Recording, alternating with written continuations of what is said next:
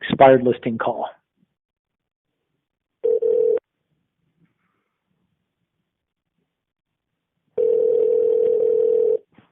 Hello. Hello, Dan? Yeah. Hey, Dan, this is Paul. I'm a local realtor. I specialize in properties coming off the market. Have you sold the home on Rogers Drive, or were you still the owner?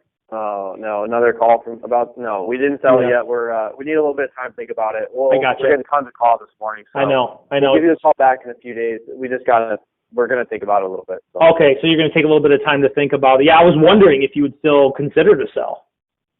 Yeah, we're still considering it, but just not right now. We're getting killed with calls today. Yeah. So. My gosh, that's got to be frustrating. By chance, Dan, did you get any offers at all at $350,000?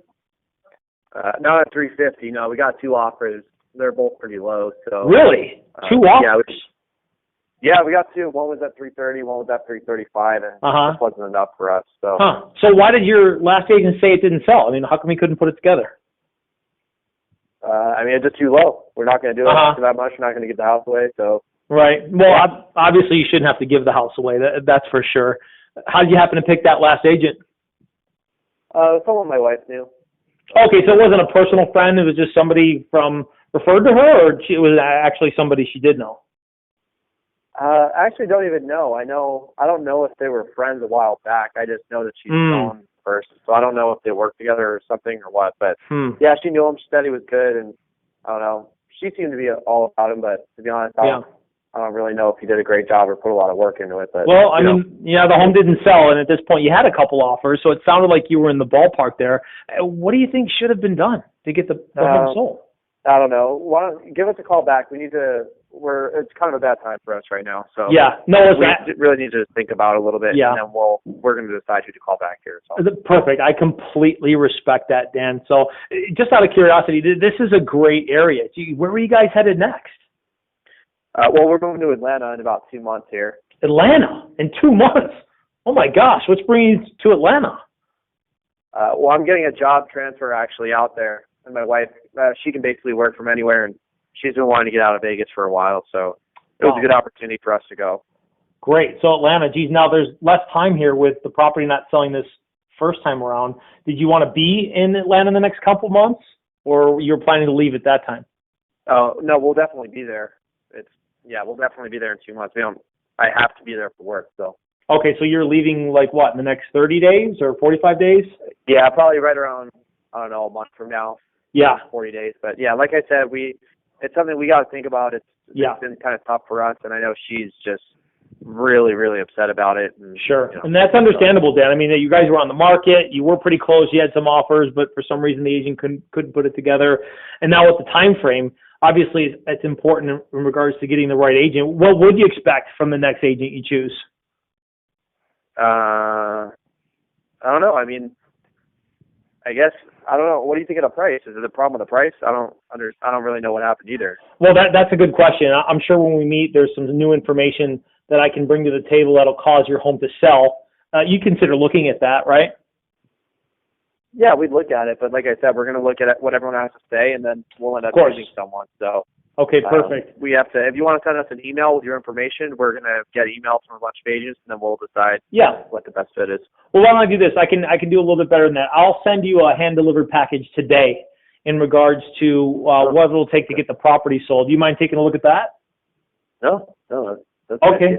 Great. And then why don't you do this? I'm sure you and your wife are home usually after 4 or 5, or when are you guys usually home together? I'm home in and out all the time. She gets home a little bit later in the day. So probably around 4 or 5, yeah. Okay, so I'll send you that information. Take a look at it. There's some brand new information there from our company who specializes in properties like this.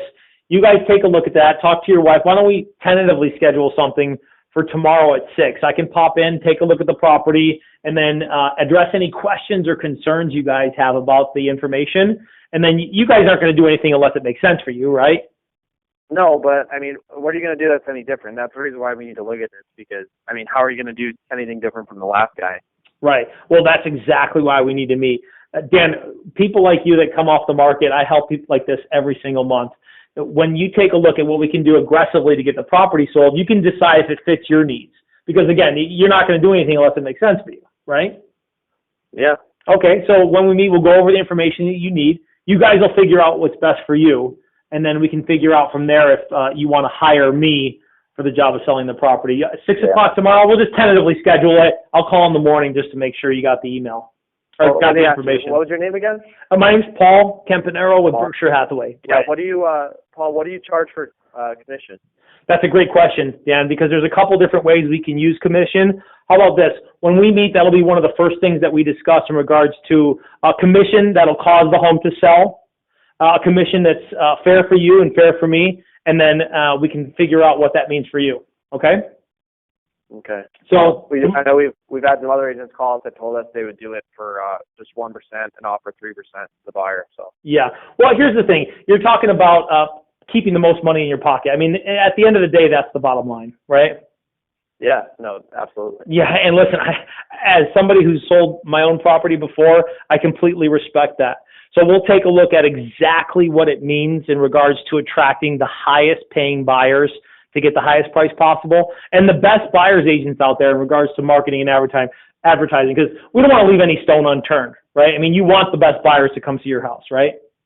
Well, yeah, we need the best offer. Right, exactly. So that'll be one of the things that we look at. And again, Dan, I completely respect that you guys aren't going to do anything unless it makes sense for you.